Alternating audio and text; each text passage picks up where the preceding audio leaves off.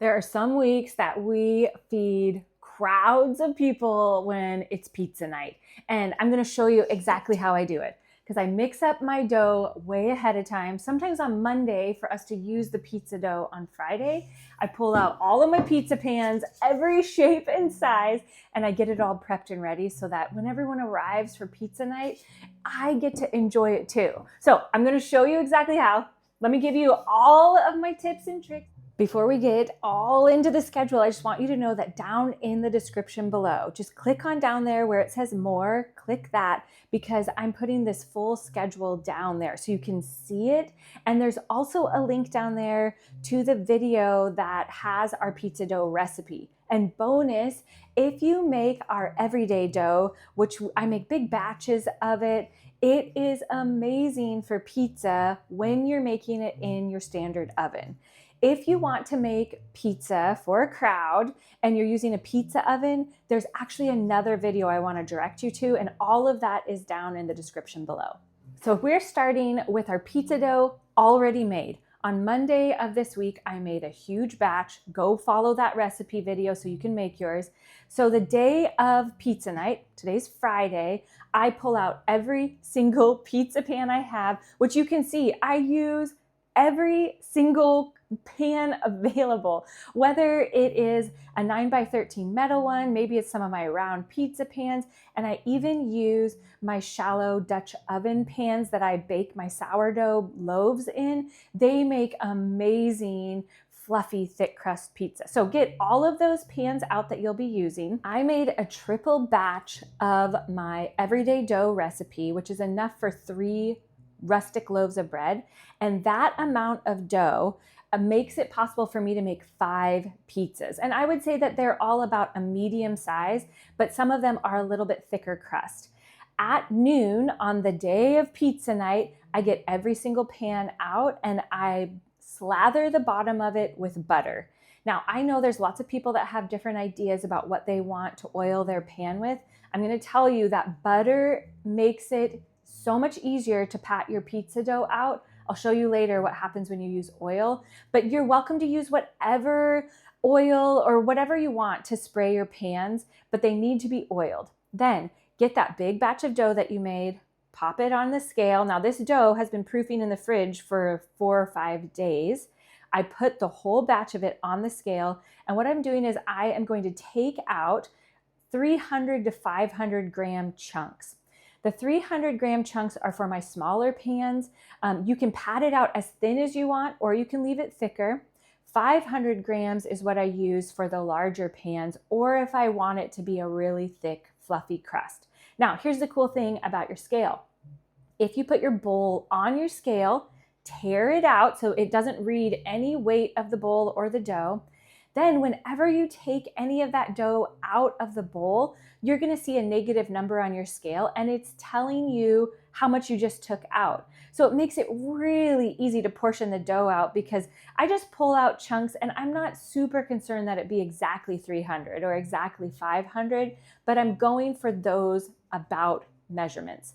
Once I have all of the dough portioned out, and okay, bonus tip, you don't have to make 5 pizzas. If you're like, well, I think I only need 2 or 3 pizzas, this dough can be used to make rustic loaves. You could make focaccia later, baguettes. It can make all sorts of different recipes.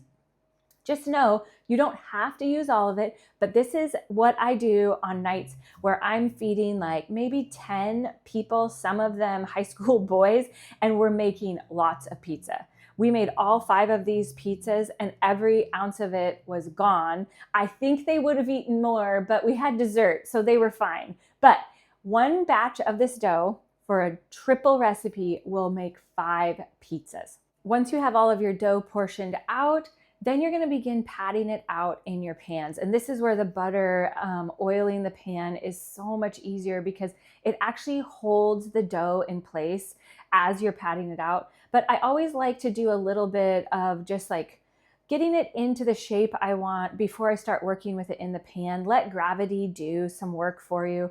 I'm not one of those crazy pizza people that knows how to throw the dough. I haven't graduated to that yet, but guess what? it still tastes delicious. So get all of the dough patted out into your pans, and then you're going to want to cover the pans with plastic wrap, or if you have a lid for your pans, put the lid on.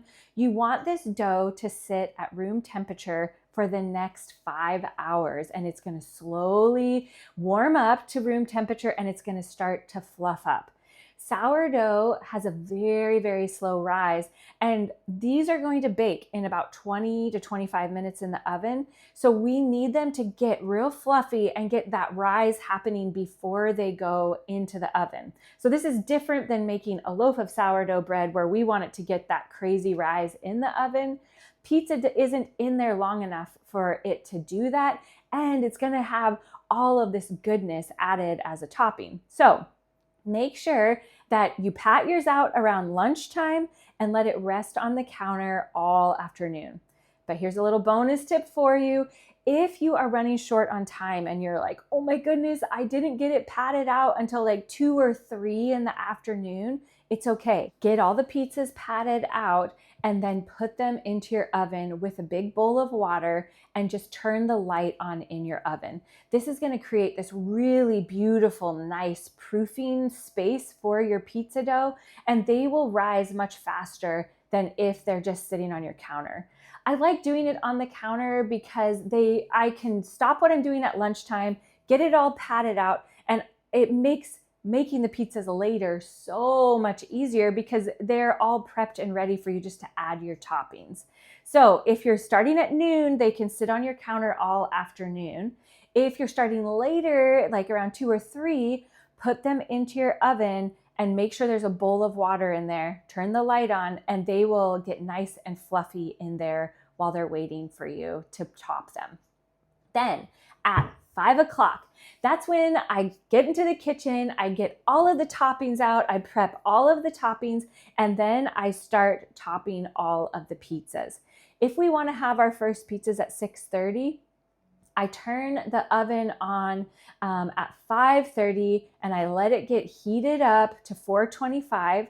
Or if you have an oven kind of like ours has an air fry option, and it makes the pizzas so delicious. They're crunchy on the outside and soft in the middle. Oh my goodness. I wish you could come over for pizza night so you could taste them. But preheat your oven at 5:30. While it's preheating, you're getting all of your pizzas topped. This is where you get to be creative. Put the toppings on that you and your people love the most. The thicker that your crust is, the more sauce you want. So if I'm doing a thin crust pizza, I do a lighter sauce. If I'm doing a thick crust pizza, I do a heavier sauce so that there's lots of good flavor on there to match the amount of dough. So starting at 5, I get all of the toppings out. I start topping the pizzas. At 5:30, I turn the oven on, and at 6 o'clock, I put the first pizzas into the oven. Set your timer for 15 minutes because I usually put as many pizzas as I can in the oven. So we have 3 racks. So I will put a pizza on each rack. And then at 15 minutes, I turn them and I swap them around so that they're all getting baked really evenly. And depending on how thick or thin yours is, how many toppings you put on, and how your oven bakes, sometimes they're done at about 18 minutes. So it's good to check it at 15 minutes. Most of the time, they're bigger pizzas loaded with toppings, and they take about 20 to 25 minutes at 425. Okay, I have to show you what happens when I use oil on my pans. And I love olive oil. I love avocado oil. They are my favorite oils to use. But look at the difference between trying to get the pizza to stay patted out on a pan with oil as opposed to one that has been oiled with butter. Or prepped with butter, I should say. See how the dough just keeps wanting to come back? It doesn't want to stay out in the place where I just patted it out. That's because the oil is so slippery. The butter keeps the pizza crust from sticking to the pan, but it also holds it in place. So if you are having frustrations getting your pizza dough to be patted out, try butter. That's my trick. Now here's what the pizza dough looks like after it's been proofing on the counter for about 4 hours. If you're leaving yours out on the counter to proof, make sure that you cover it. If you're putting it into your oven to proof, just make sure there is a bowl of water in there. You won't need to actually cover the pizza dough because that bowl of water will help keep everything hydrated. But it's fluffy, there's air bubbles starting to come up through it, and these shallow Dutch ovens are some of my favorite pizza pans to use because they give you this really crispy, nice, fluffy crust. And we're putting links to all of the tools I love, all the stuff that I'm using in this video is down in the description below. Click down into that description. There's so much goodness down there. But here you can see, this is how I top it. I try to leave a little bit of the crust around where the sauce is because I don't know if I caught a video of it, but right before I put them in the oven, I brush that crust with melted butter. I put a little bit of coarse salt on it, and then your crust is like this most delicious breadstick, and people will not leave it on their plates. They're going to gobble it all up. So put all the toppings that you want on yours. I try to get them all topped before everyone arrives because then all I'm doing while everyone is here is I'm just like putting pizzas in the oven, taking pizzas out of the oven. And this is where our big pizza boards come in so handy. We put these big boards on the table, and Erin made some really beautiful ones for me from our old countertop. Those pizza boards are where I slide the pizzas on once they're done. But here you can see all of the pizzas topped and ready to go into the oven. It literally makes pizza night for a big crowd of people feel so easy because you did all of the work ahead of time. If you love baking, you love filling your table, come join our YouTube membership. It's called the Family Table. There's so many fun perks behind the scenes. You get to see the recipes that we're working on, testing. You get to have first access to videos. You get priority commenting. And we do a live every single month that's just for our members so we can help you specifically with what you're doing. We love having you here with us. Whether you're a member or you're one of our subscribers, we're so glad that we get to do pizza night with you. Click on down to the description for all of the goodness.